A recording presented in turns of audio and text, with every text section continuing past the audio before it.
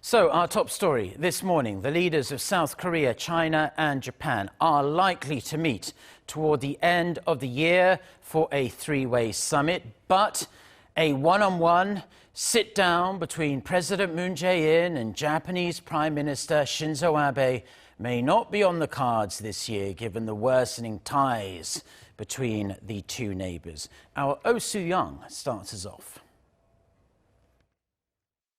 Reports out of Japan say the leaders of South Korea, China and Japan are likely to meet around Christmas time. Tokyo-based Kyodo News Agency on Monday cited diplomatic sources who said the three countries are coordinating efforts to organize a summit before the turn of the year. The move comes after last week's three-way meeting of their foreign ministers in Beijing. Responding to the Kyodo report, South Korea's presidential office spokesperson Koh Min-jung said a meeting has yet to be confirmed.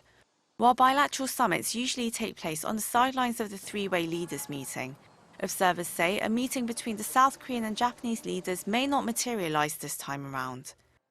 Ties between Seoul and Tokyo began deteriorating last year after the South Korean Supreme Court ordered Japanese firms to compensate a group of Koreans for forcing them to work for little to no pay during Japan's colonial rule of Korea.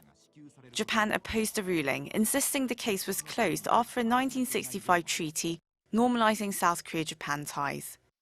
Following Japan's series of trade actions against South Korean companies, which have been seen by international observers as a means of political retaliation, South Korea has consistently called for bilateral dialogue to try and resolve the issue. However, as the Abe administration keeps shrugging off the attempts, Seoul also decided to drop Japan from its whitelist of trusted trade partners as well. Japanese Prime Minister Shinzo Abe on Monday called on South Korea to maintain bilateral agreements reached in the past. Despite strong criticism that he was the one to trigger the conflict, placing unilateral restrictions on South Korean companies over unresolved historical issues, Abe insists the lack of trust is down to South Korea. Unfortunately, responses that undermine the trust and confidence between one country and another are continuing, which is regrettable. Therefore, first of all, we would like to request that country-to-country promises be honored.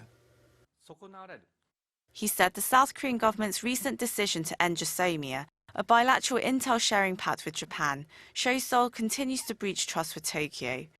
The Japanese leader made similar remarks last Thursday, calling on South Korea to work towards rebuilding trust and to stick to their bilateral agreement on forced wartime labor.